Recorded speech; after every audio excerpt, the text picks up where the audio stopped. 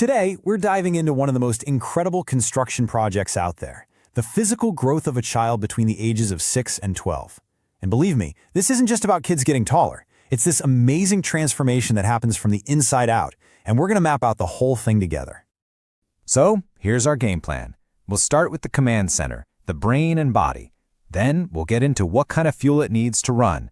After that, we'll talk about the power of play, how to navigate some common health challenges, and finally, we'll wrap up with how we, as adults, can be the best support crew possible. All right, let's jump right into section 1, a changing brain and body. We tend to focus on the outside stuff we can see, but the most mind-blowing changes during this time are actually happening deep inside, and it all starts with the brain. Okay, let's kick things off with a fact that might actually surprise you. The human brain, it hits its full adult size way earlier than most people think. Any guesses? Yep, by about age 7. Isn't that wild? But here's the kicker. Size is not the whole story, not even close. The real magic isn't the brain getting bigger, it's about it getting smarter, faster, and a whole lot more efficient. So from age 6 to 12, the brain goes through this massive rewiring process. There's this thing called myelination, which basically coats the nerve cells, kind of like putting insulation on a wire, and it lets information travel at lightning speed. This upgrade happens in key areas connecting everything, leading to supercharged processing, way better reaction times, and a much sharper memory. And that incredible internal upgrade, it directly fuels the changes we see on the outside. Now, this isn't some crazy growth spurt like you see in babies or teenagers. It's more of a slow, steady burn. Kids usually put on about 5 to 7 pounds and shoot up around 2 inches a year. And yeah, this is when they get those infamous growing pains at night as their bones are literally getting longer. Of course, all that growing inside and out needs fuel, which brings us to our second section, fueling the growth spurt and, the real-world challenges of nutrition today. Ever stop and think about the difference between dinner today and dinner, say, 100 years ago? Well, the change is pretty stark. A century ago, a typical meal was packed with nutrients. Today, well, a lot of the time, processed foods that are higher in fat and sugar are the main event, and that's completely changed the kind of fuel we're giving our kids. And these kids need a lot of energy. We're talking up to 2,000 calories a day for boys, a little less for girls. But here's the thing, it's not just about the number of calories, it's all about the quality. They need nutrient-dense foods to really support all that critical development we've been talking about. This all leads to a really important and kind of tricky question.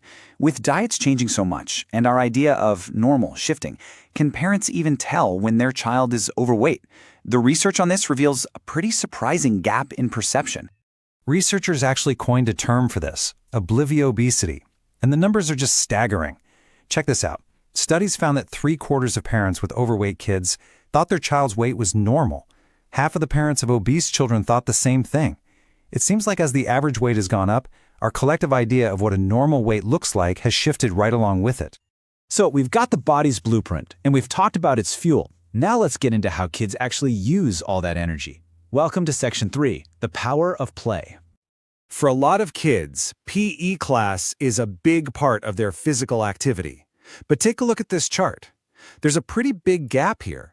The recommendation is 150 minutes a week for elementary schools, but only Oregon and DC are actually hitting that mark. Pretty much everyone else is falling short. Now, organized sports can definitely help fill that gap. Take soccer, for example. It's the most popular youth sport in America, and the research shows all kinds of benefits. We're talking better grades, better physical health, and even higher satisfaction with family life. Plus, it's a huge boost for social skills. But it's not a perfect fix. Sometimes there's just too much focus on winning, and that can lead to burnout. And more importantly, not everyone has the same access. Studies show that things like gender, poverty, and where you live play a big role, with girls and kids in rural or urban areas often having fewer opportunities to get involved. A period of such fast growth is bound to have a few bumps in the road. And that brings us to section 4, navigating health and wellness, where we'll go over some of the common issues that can pop up. First up is something you've definitely heard of, myopia, or what most of us just call nearsightedness. It's super common, affecting about 1 in every 4 kids by the time they finish middle childhood. The good news? It's usually a pretty easy fix with a pair of glasses. Another common one is asthma. It's a chronic lung disease where the airways get inflamed, and it's actually a major reason kids miss school days, affecting about 7 million children here in the U.S. Now, there's no cure for it, but with the right medical care, it can be managed really successfully. Okay, moving on to developmental disorders. We have autism spectrum disorder, or ASD, which impacts communication and behavior. And that word spectrum is so important here, because the symptoms and how severe they are can look completely different from one person to the next.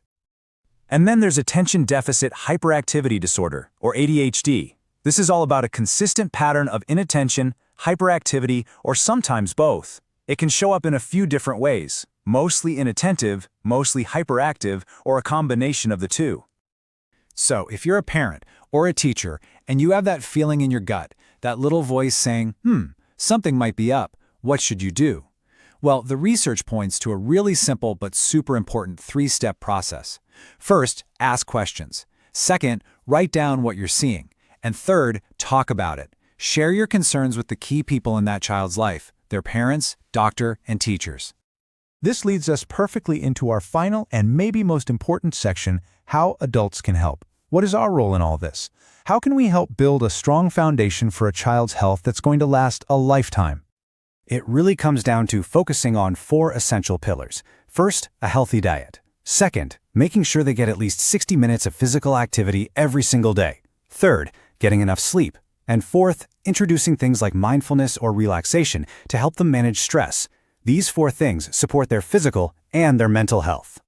In the end, understanding this whole developmental blueprint isn't just about knowing stuff, it's about taking action. And that leaves us with one last big question to think about. How can we, all of us, create environments in our homes, in our schools, and in our communities that truly support the total health of the next generation?